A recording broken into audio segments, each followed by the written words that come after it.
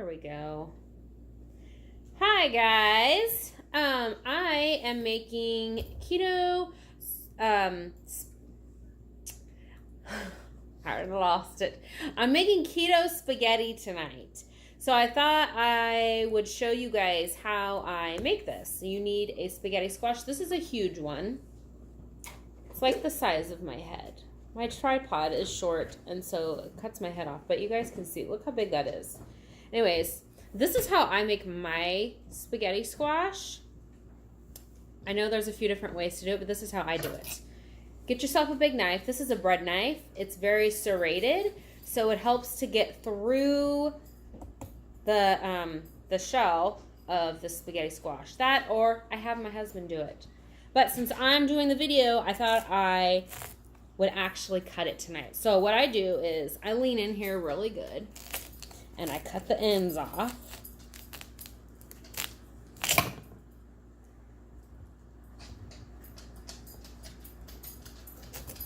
I put all my focus. Maybe we'll make a video. There we go. I put all my weight on this. Maybe not all of it, but you know, I lean on it really good. Go in there. Cut both the ends off. So you have both ends cut off. That one probably could be cut a little more. That's okay. Then I take the knife and I'm going to cut it in half this way. Might have to get another knife. I don't know if this one will work as good for cutting this part. We'll see.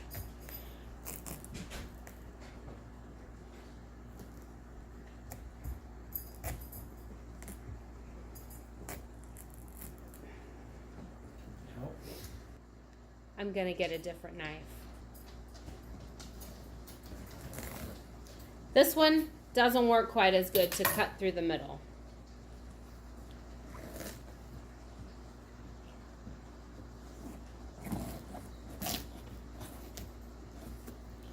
Once you get through most of the squash, you can just kind of pull it apart. Boom. Then you're going to scrape all the insides out here. Okay, so I have all of my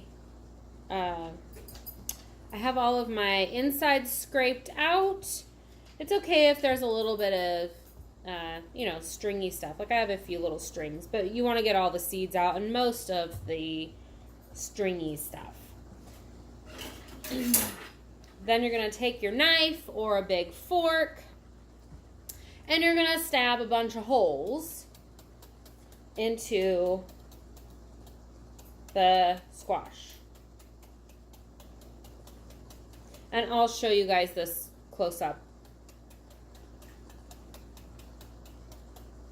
And after you do that, you're just going to place it on a cookie sheet. Again, I'll show you guys all that. And I actually already have my hamburger cooking, getting ready. You want to put these in your oven at, I like to do about 400 or 425 so they bake a little faster. Because like I said before, I'm impatient. Okay, so you guys can see all the holes that I stabbed in these. This one I didn't get cut through all the way because I pulled it apart at the end. But that's okay, it doesn't matter. Doesn't have to be perfect. So how I do this is I take some butter and I put in the bottom of the squash, just like that. This is a really big squash. I'm gonna put a little bit more butter in here because this one's really big. There we go. Okay. So that helps give it a little bit of flavor, add a little bit of fat. Then I'm going to take my salt. This says sea salt, but I reuse this. And I take my pink Himalayan salt that I got at Costco. And I just keep refilling this because it works really good. And I'm just going to sprinkle some salt on here. And then we're going to pop this in the oven just like that. And let it bake and cook until it's kind of coming apart from the edges, and I'll show you guys that when we get to that point so you can kind of see what I'm talking about. And here I have 3 pounds of ground hamburger. This is a lot. You know, you don't need this much. Just depends on how much you're going to be making. I'm making 2 different dishes. So I'm making the spaghetti squash spaghetti for my husband and I, and then my kids are getting regular spaghetti. So I'm going to divide this probably in half. But you want to get your hamburger, of course, all cooked through. And then I'll show you what I'm using. My kids are going to have a different sauce than my husband and I are going to have. But I'll show you what I'm going to be using. It's actually something new that I found at my grocery outlet, which I love. I love grocery outlet. They always have such good deals on stuff there. And you can find a lot of good keto stuff there. So I'll show you guys what I'm going to use for the keto spaghetti. Okay, so here's the new sauce that I got at my grocery outlet. It was really cheap, and the macros are pretty good. It's 5 carbohydrates with 1 fiber and 3 grams of sugar, which is pretty good for a spaghetti sauce. Then this is also organic. It's non-GMO. The ingredients are pretty clean. So your sugar and carbs that are coming from this are basically just in your tomatoes. So there's no added sugar. There's no, hidden carbs or hidden sugars in this. These are pretty clean ingredients. There are carrots, so a little bit of your sugar and a little bit of your carbs are going to come from that. But this is a pretty good option, I think. And for the price, and it sounds good, so we're going to give this a try. I'm also going to add a little bit of tomato paste. This I also found at grocery outlet, and it was super cheap, like 37 cents or 29 cents or something.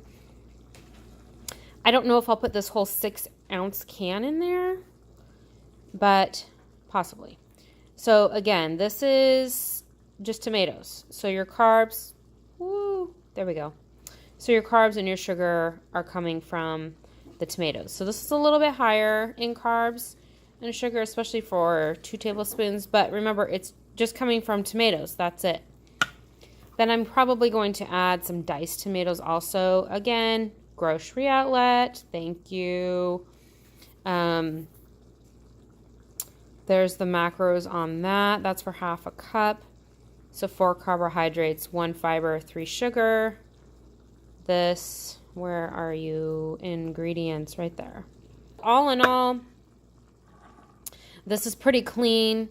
It is a little higher in carbohydrates and sugar because of the tomatoes. And I'm okay with that. We don't eat this very often, just occasionally. So I'm okay with every once in a while having something a little bit higher in carbohydrates and sugar. I haven't had much else to eat today, so this is my main meal. So I'm still going to be under carbohydrates for the day with all of this. And the spaghetti squash. So that has carbohydrates and sugars in it too. But again, it's natural. It's coming straight from the squash. There's not a bunch of added junk into it. So for me, that's okay. Okay, as you can see, this meat is pretty well cooked through. There is a lot of fat and grease left over here. And I know, when you do keto, you want all that extra fat. But this to me is gross for it to sit in all this grease and oil. So I actually drain most of this off. So I'm going to do that, and I just use an old can and kind of scoop it out and put it in this. You can use like a turkey baster if you have one. So anyways, I'm going to continue doing this until I get most of that. I do leave some, a little bit, in there, but most of it I want to get out because otherwise it's greasy and slimy, and that's not the kind of spaghetti meat sauce that I want. So I'm going to continue doing this, and then I'll come back to you guys here in a minute. Okay, so as you can see, I got most of that fat. There is a little bit left in there, but I got most of it. I finished filling that can, which was maybe a quarter of the way full, and that's just a regular, what is that, 12-ounce can, I think, that had vegetables in it. So I finished filling that, and then I added a little bit more to a new can. So there was quite a bit in there. So I did leave a little bit, you can see there, and that little bit is totally okay with me. It does add a little bit more fat, a little bit more flavor to the sauce. So I am actually going to separate this into a separate pan, some for my kids and then some for my husband and myself, so that I can make the two different sauces, because they're having a little bit of a different sauce for their spaghetti than we are. So I will do that and be right back. Okay, so I took about half of that meat out, maybe a little bit more. Set that aside for my kids. This one is for my husband and I am going to dump this whole jar of sauce in here. I smelled this. You guys, this tastes, well, yeah, it tastes too, but it smells like an Italian restaurant and tastes like homemade Italian tomato sauce, spaghetti sauce, whatever. It is so good. So I'm just going to dump this whole jar in there.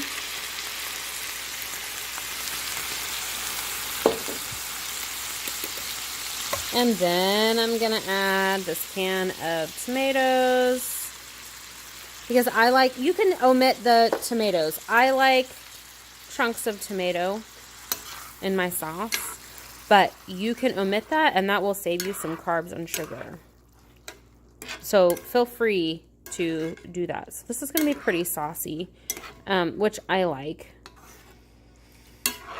So you're just going to kind of do this according to how you like it. Like if you want more, you know, more saucy, add more sauce. If you want less, don't add quite so much. So I'm going to mix this in together a little bit, and then I'm going to add in the tomato paste.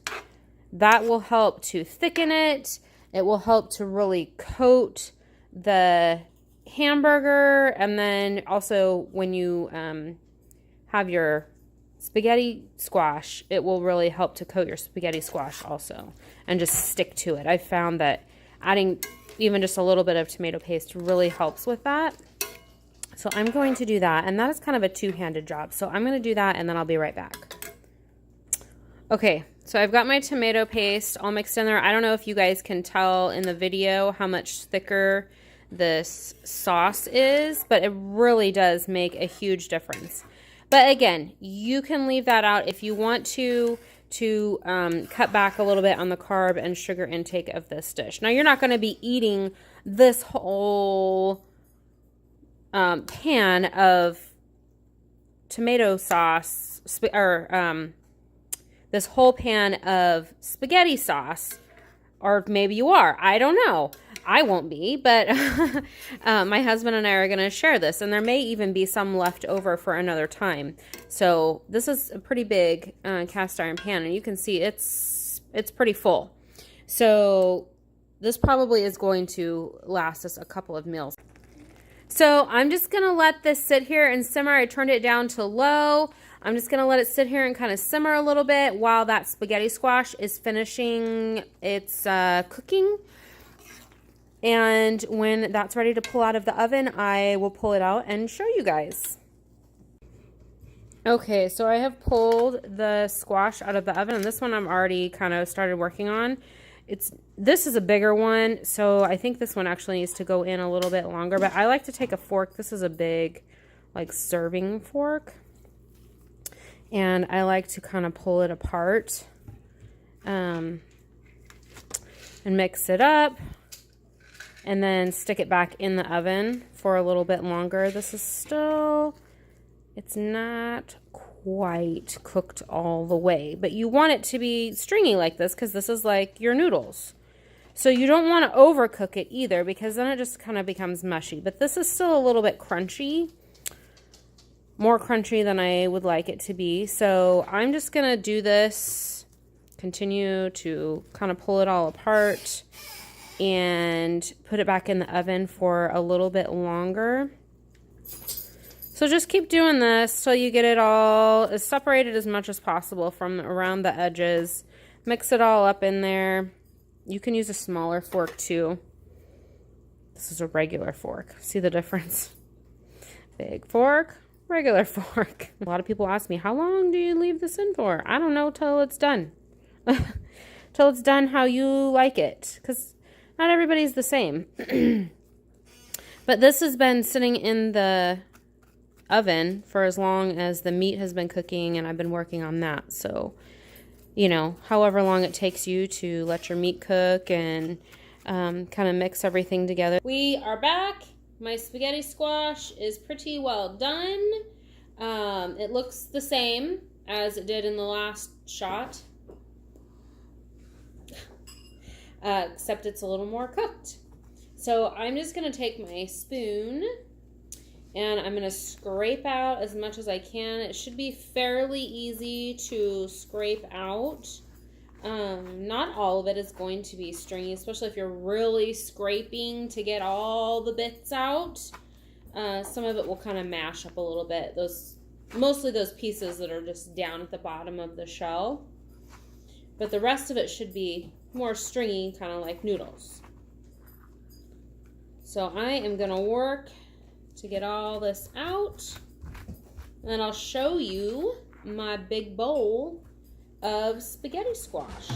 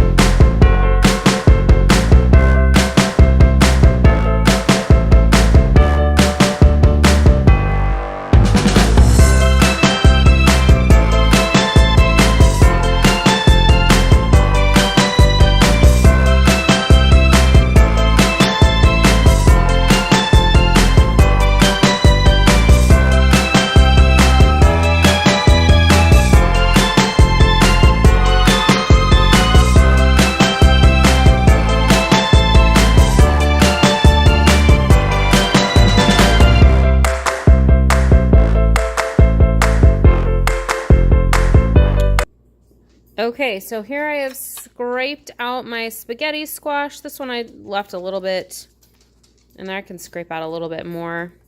But I have a lot because this was a really big spaghetti squash.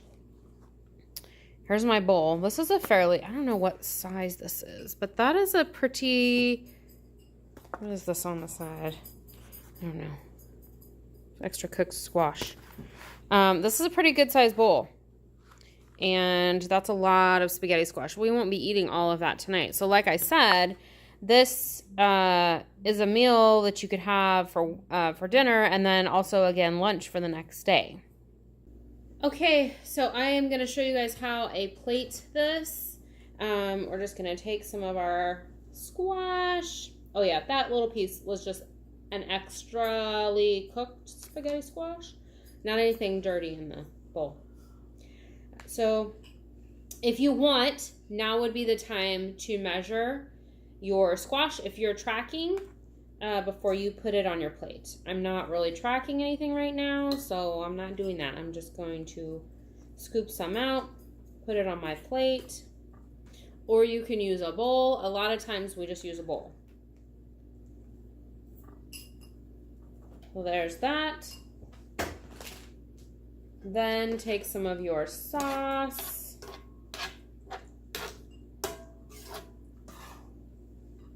Again, if you were tracking your macros, you would want to measure this before putting it on your squash.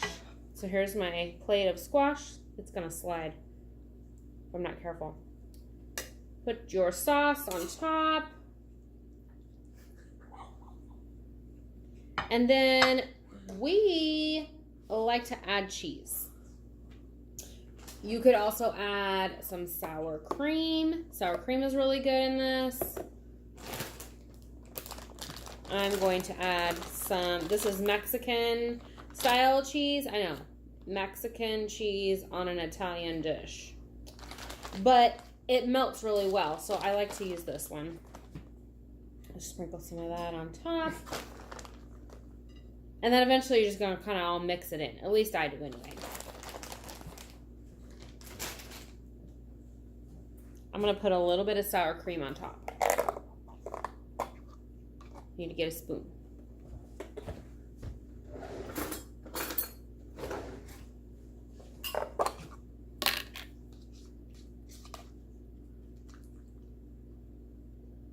Oh, I lost it. I was trying to be all fancy with it. Put it right on the top. It fell off.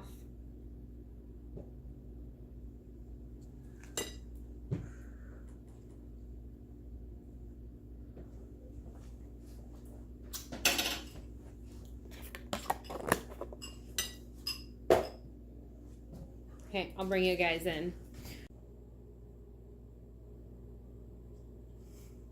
So here we go. Here is the squash down here, my sauce, my cheese, and my sour cream. And I just kind of mix it all in and eat it that way.